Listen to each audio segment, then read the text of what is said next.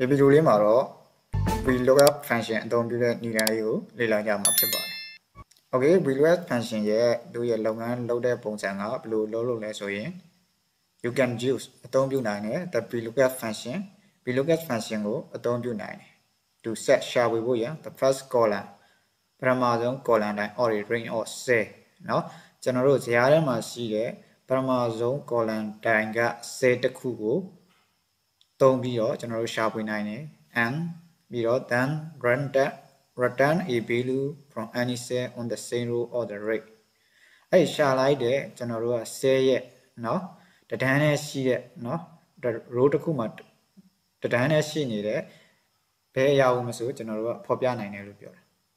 เนาะအဲ့တော့ကျွန်တော်တို့မြန်မာလိုလေးရေးပြထားတယ် table အတွင်းရှိဘယ်ဘက်ဆုံး column တိုင်းเนาะကျွန်တော်တို့ဘယ်ဘက်ဆုံးဆိုတာကကိုကျွန်တော်ဒီဘက်ဆုံးอ่ะပေါ့เนาะအောက်မှာဆိုစရာလေးလောက်ပြထားတယ်အဲ့ဘယ်ဘက်ဆုံး column တိုင်းက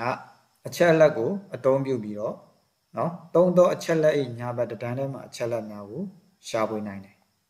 ဆိုတော့ကျွန်တော်ဒီမှာဒီဇယားတွေကကျွန်တော်ခုံအမှတ်ကိုသုံးပြီးတော့ခုံအမှတ်ကိုရိုက်ထည့်လိုက်တာ ਨੇ ဒီခုံအမှတ်ရဲ့နောက်ကเนาะကျွန်တော်ညာဘက်ကအချက်လက်တွေအမည်ကိုရှာလို့ရတယ်အပအမည်ကိုရှာလို့ရတယ်မှတ်ပုံနဲ့အမှတ်ကိုရှာလို့ရတယ်မွေးတက်ကလေးကိုရှာလို့ရတယ်နေရက်လိပ်စာကိုရှာလို့ရတယ်သူကအဲ့လိုမျိုး Vlookup ကိုသုံးပြီးတော့ရှာလို့ရတယ်လို့ဆိုလိုတာဖြစ်ပါတယ်အဲ့တော့ Vlookup ဆိုတာကကျွန်တော်တို့ vertical lookup ဖြစ်ပါတယ်เนาะကျွန်တော်တို့ column တိုင်းကအချက်လက်တွေကိုသုံးမဲ့အချက်လက်တွေဒီဇယားရဲ့ဘယ်ဘက်ဆုံးက column တိုင်းဖြစ်ရမယ်เนาะကျွန်တော်အဲ့ column တိုင်းကအချက်လက်ကိုသုံးပြီးတော့သူ့ရဲ့နောက်တန်းတန်းမှာရှိတဲ့အချက်လက်တွေကိုရှာနိုင်တယ်ဒါပဲအဓိပ္ပာယ်ကเนาะအဲ့တော့ကျွန်တော်တို့က Vlookup formula က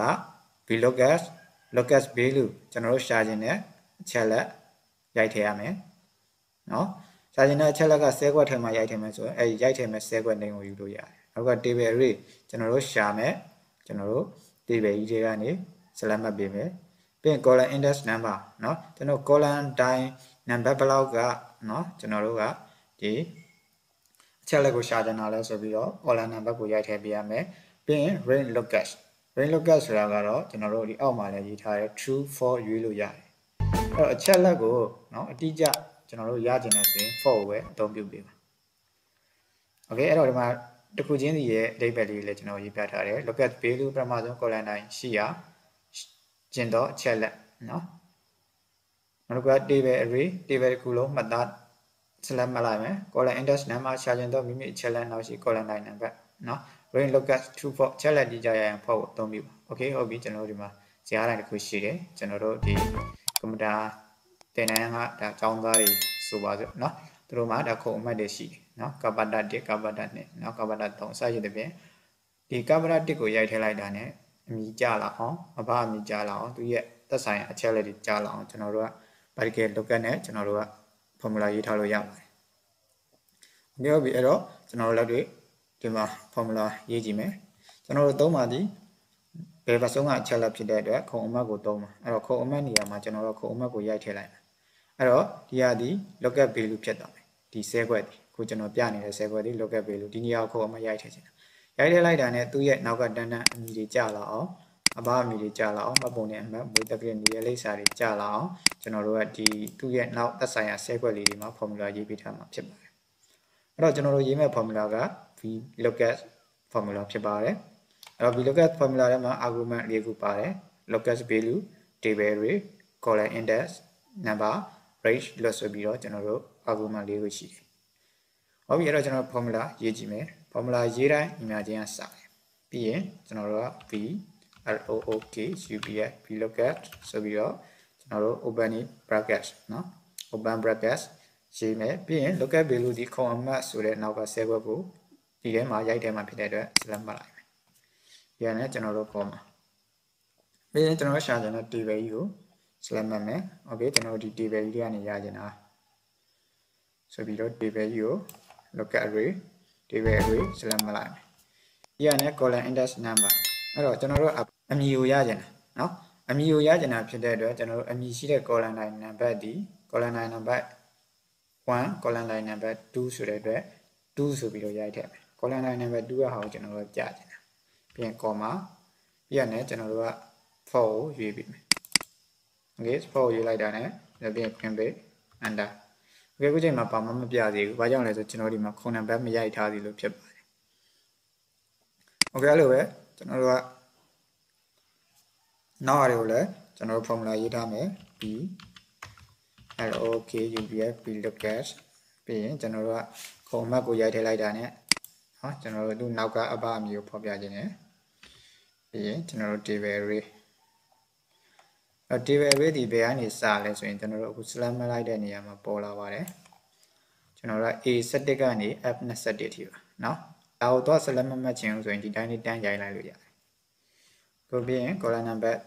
3ကိုယူမယ်ပြီးရင် 4ကိုယူမယ် Okay ဟုတ်ပြီဒါက4ကိုယူထားတယ်เนาะ A17 ကနေ F21 ထိဒီ table array ဖြစ်ပါတယ်ပြီးရ column number တွေကတော့ကျွန်တော်တို့တစင်ချင်းတက်သားမယ်ဒီ column ဇယားမှာလည်းကျွန်တော်တို့သွားကြည့်လို့ရတယ်ဒါဆိုရင်1 2 3အဘအမည်ဆို3ကိုယူမယ်နောက်ကနေမှဆို4ကိုယူမယ်ဝိတ်တကယ်ဆို5ကိုယူမယ်နေရာလေးဆို6ရှိမယ် column 6ကိုရှိရပါเนาะအဲ့တော့ကျွန်တော်တို့ကဒီမှာနောက်ထပ်နေရာတွေကိုလည်းကျွန်တော်တို့ကတစ်ခါလေးပေါ်ကျင်တာဖြစ်တဲ့အတွက် formula ရေးပေးထားမှာဖြစ်ပါတယ်အဲ့တော့ locus value ဒီကျွန်တော်တို့က comma 10 ကိုယူမယ်ပြီးရတယ် comma 6မယ်ပြီးရင် table array ဒီကျွန်တော်တို့က a ကျွန်တော်တို့17ကနေ f21 ထိဖြစ်ပါတယ် f21 ထိ okay ဟာ sorry ပြီးရင် column index number ဒီကျွန်တော်တို့4ကိုပေါ်ကျင်တာဖြစ်ပါတယ်ဆိုရင်ကျွန်တော်တို့ formula လေးတွေကိုဒါလိုက်ပြီးတော့ရေးလိုက်မယ်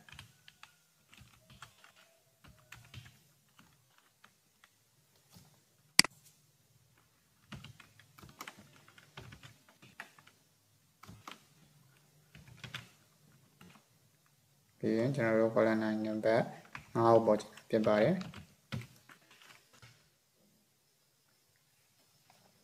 အဲကျွန်တော်ဒီပေါ်ထောက်ကြည့်လိုက်တာနဲ့ရေးထားတဲ့ formula လေးတွေကဒီပေါ်မှာတော့ပေါ်ပါတယ်နော်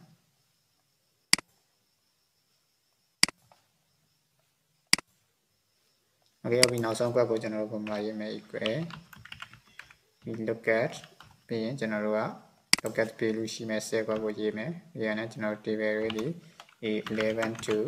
F ကျွန်တော်တို့21ကိုယူမယ် comma ပြီးရင်ကျွန်တော် column number 6ကိုပေါ်ကျွန်တော်ဖြစ်တယ်ပြီးရင် F အတိအကျပေါ်ပြီးတော့ 4ကိုရေးမယ် Okay ဒါဆိုရင်တော့ကျွန်တော်ဒီမှာ formula လေးတွေရေးပြီးထားပြီเนาะကျွန်တော်တို့ပေါ်ကျင်တဲ့နေရာမှာ formula တွေရေးထားတယ်ဟုတ်ပြီဒီရေးထားတာခေါ်အမှတ်နေရာကိုကျွန်တော်တို့ကဒီကပတ်တเนาะ1 2 3 4 5 6 9 10တွေကကြိုက်တဲ့အရာကိုရိုက်ထည့်ကြည့်လိုက်ရိုက်ထည့်လိုက်တာနဲ့သူတို့နဲ့သက်ဆိုင်တဲ့နောက်ကအချက်လက်တွေကြာလာလိမ့်မယ် Okay ကျွန်တော်တို့ဒီမှာကပတ်တ10 Okay 10လို့ရိုက်ထည့်လိုက်တာနဲ့ဒီမှာเนาะနန္ဒာအမည်ဒီနန္ဒာလို့ပေါ်လာတယ်နောက်တစ်ခုကဒီမှာသူ့ရဲ့အဖြစ်နာမည်ငါပုံလေးနံပါတ်သူ့ရဲ့မွေးတက္ကရာနော်ပြီးရင်ကျွန်တော်တို့သူ့ရဲ့နေရာလိပ်စာတွေပေါ်လာဖြစ်ပါတယ်နောက်ဒီမှာကပ္ပတတက်ကိုရိုက်ထည့်မယ်တင်းနဲ့ဆိုင်နဲ့ချက်လက်တွေကြာလာတယ်နှစ်ကိုရိုက်ထည့်တယ်နည်းနည်းဆိုင်နဲ့ချက်လက်တွေကြာလာတယ်နော်နောက်သုံးကိုရိုက်ထည့်တယ်သုံးနဲ့ဆိုင်နဲ့ချက်လက်တွေကြာ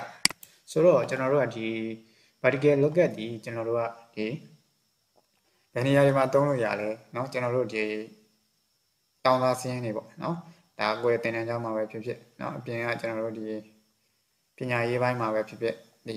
စင်းတွေအများကြီးရှိတဲ့နေရာမှာကျွန်တော်တို့အချက်လက်တစ်ခုကိုရှာခြင်းတဲ့အခါမျိုးမှာเนาะခုံနံပါတ်ကိုရိုက်ထည့်လိုက်တာနဲ့သူ့ရဲ့ချက်လက်တွေကြာလာတယ်เนาะကျွန်တော် table တွေကိုလိုက်ပြီးတော့ကျွန်တော်တို့ကမရှာတော့ဘူးเนาะခုံနံပါတ်သိနေရဆိုရင်ကျွန်တော်အဲ့ခုံနံပါတ်လေးကိုကျွန်တော်တို့ကရိုက်ထည့်လိုက်တာနဲ့သူ့ရဲ့သက်ဆိုင်ရာအချက်လက်ကြာလာအောင်လို့ကျွန်တော်တို့ကဒီ particular lookup vlookup လို့ခေါ်တဲ့ကျွန်တော်တို့က function နဲ့ formula ရေးပြီးထားလို့ရပါတယ်ဒါတော့ကျွန်တော်တို့ vlookup ရဲ့အလုပ်လုပ်ပုံဖြစ်ပါတယ်ဖုန်းနံပါတ်ကိုရိုက်လိုက်တာနဲ့သူ့ရဲ့သက်ဆိုင်ရာအချက်လက်တွေကြာအောင်ပြုလုပ်ရတာဖြစ်ပါတယ်ဆိုတော့ကျွန်တော်တို့ဒီ particular lookup ကကျွန်တော်တို့ကသုံးလို့ရတာဒီဘယ်ဘက်ဆုံး column တိုင်းပေါ့နော်ရှေ့ဆုံးအချက်လက်ကိုသုံးမယ်သုံးပြီးတော့မှသူ့ရဲ့နောက်ကကျွန်တော်တို့သက်ဆိုင်ရာအချက်လက်တွေကိုသိကျင်တဲ့အခါမျိုးမှာကျွန်တော်တို့ particular lookup ကိုသုံးရတာဖြစ်ပါတယ်အဲ့တော့ကျွန်တော်တို့က လူနာမည်တူနေတဲ့လူတွေเนาะဆိုရင်เนาะလူနာမည်တူတဲ့လူတွေလူနာမည်နဲ့ရှာလို့မရအောင်ဆိုရင်ကျွန်တော်တို့အခုလို့သူရကွဲပြားတယ်ကျွန်တော်တို့ ID အမှတ်เนาะအပုံနဲ့နံပါတ်လိုဟာမျိုးเนาะကျောင်းနေမှာဆိုခေါ်အမှတ်လိုဟာမျိုးเนาะစသဖြင့်ကျွန်တော်တို့ဒီအမှတ်စင်လိုဟာမျိုးเนาะ ID နံပါတ်စသဖြင့်ဒါတွေကိုသုံးပြီးတော့သူတို့ရဲ့သက်ဆိုင်ရာအချက်လက်တွေကိုသိချင်တဲ့အခါမျိုးမှာကျွန်တော်တို့ကဒီ particle lookup ကိုသုံးပြရတာဖြစ်ပါတယ်သူရဲ့ပုံစံကလည်းเนาะ table အတွင်းမှာရှိတဲ့ဘယ်ဘက်ဆုံးပေါ်လာနိုင်တဲ့အချက်လက်ကိုသုံးအဲ့လိုသုံးတဲ့ကเนาะသုံးတော့အချက်လက်ရဲ့ညာဘက်တစ်တန်းနဲ့အချက်လက်တွေကိုရှာနိုင်တယ်ဆိုပြီးတော့ကျွန်တော်တို့ဒါသူရဲ့အဓိပ္ပာယ်ဖြစ်ပါတယ်။ Okay အဲဆိုရင်တော့ကျွန်တော်တို့ဒီ Vlookup function ရဲ့အသုံးပြုပုံလေးကိုနားလည်ဖို့ပေါက်မယ်လို့ထင်ပါတယ်။ Okay ဒီ video လေးကိုကျွန်တော်ဒီလောက်နဲ့ပဲပြန်တော့မှာဖြစ်ပါတယ်။ကျွန်တော် video တက်တယ်တိုင်းသိရှိနိုင်ဖို့အတွက်ကျွန်တော်ရဲ့ channel လေးကို subscribe လုပ်ပြီးထားဖို့နဲ့ notification ကောင်းလေးကိုလည်းနှိပ်ပေးထားဖို့တောင်းဆိုချင်ပါတယ်။